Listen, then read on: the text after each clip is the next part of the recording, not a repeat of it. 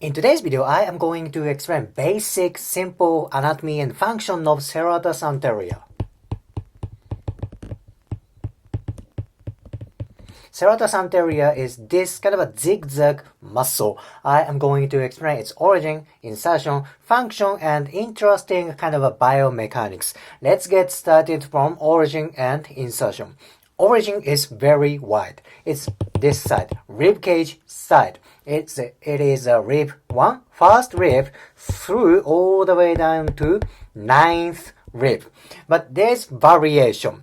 Some people's lack attachment to first rib. Instead, some people have attachment to 10th rib. But that's variation. Not always. So, this is good to know some variation. But in average, basic origin is first rib through 9th rib. This is origin. Insertion is actually scapular side. This is serratus anterior. This is origin side. It goes to anterior to scapula. This is, where scapula is. Now, you don't see serratus anterior from posterior view. That means this muscle goes anterior to scapula. It's very good to know, okay? Then where's insertion? Insertion is relatively wider. Well, it's wide. It's here. Imagine it's here. The medial part and all the way down to inferior part. This part is superior angle. Superior angle. Then it goes to medial border. And it goes to all the way down to inferior angle. It's basically up to down on the medial part. Superior angle, medial border, and inferior angle. This is insertion. Let's review our origin and insertion. Origin is first rib through 9th rib. Some people like attachment to first rib. Some people have attachment to 10th rib. This is variation. Insertion is superior angle, medial border, and inferior angle on anterior part. Okay, it's good to know. This is origin and insertion. Let me talk about its function. You can divide this muscle to two parts, superior part and inferior part, upper part and lower part.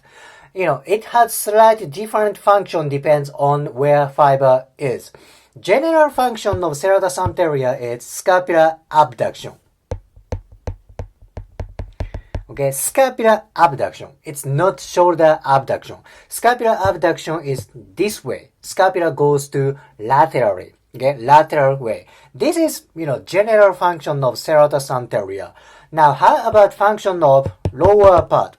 It can do upward rotation. Upward rotation. How about upper part?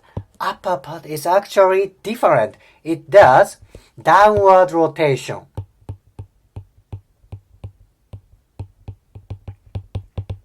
These two functions are very important for shoulder movement.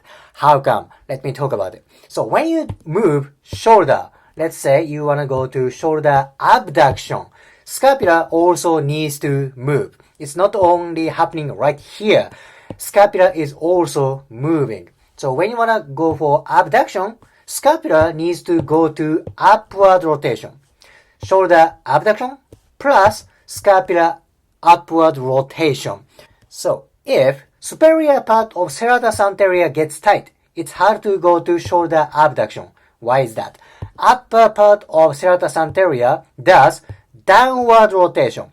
If upper part gets tight, scapula tends to go to downward rotation. Thus, it's hard to go to this way, upward rotation and abduction. That makes sense. Vice versa, if lower part of serratus anterior gets tight, it's hard to go to this way, downward rotation, right? Lower part of serratus anterior does upward rotation. Thus, tightness of this place inhibits the other movement, right? Downward rotation. So, depends on where tightness is. This tightness can affect both for upper way and downward way. This is very, very important thing. Well, this is kind of a shoulder abduction and scapular upward rotation, downward rotation, right? And also, when you want to go to flexion, Scapula also needs to go to upward rotation, or when you want to go to extension, it has to go to downward rotation. Well, it's same thing. Upper part of serratus anterior does downward rotation. Thus, when upper part gets tight, it's hard to go to flexion, right? Upper part function, downward rotation. Opposite movement is restricted. Thus, it's hard to go to flexion, correct? Lower part, it does upward rotation. When scapula goes to upward rotation, flexion. Shoulder goes to flexion. Thus, the other way, extension is restricted. It's kind of hard to organize, right? Simple way to memorize is upper part does downward rotation. Okay? Then lower part does upward rotation. Thus, tightness of these places inhibits the other way. Okay? It's kind of confusing, but this is the simplest way to memorize. Alright, in today's video, I explained basic, simple anatomy of serratus anterior. I explained its origin, insertion, function, and biomechanics. If you liked today's video, please hit the like button, comment, and subscribe. See you next video.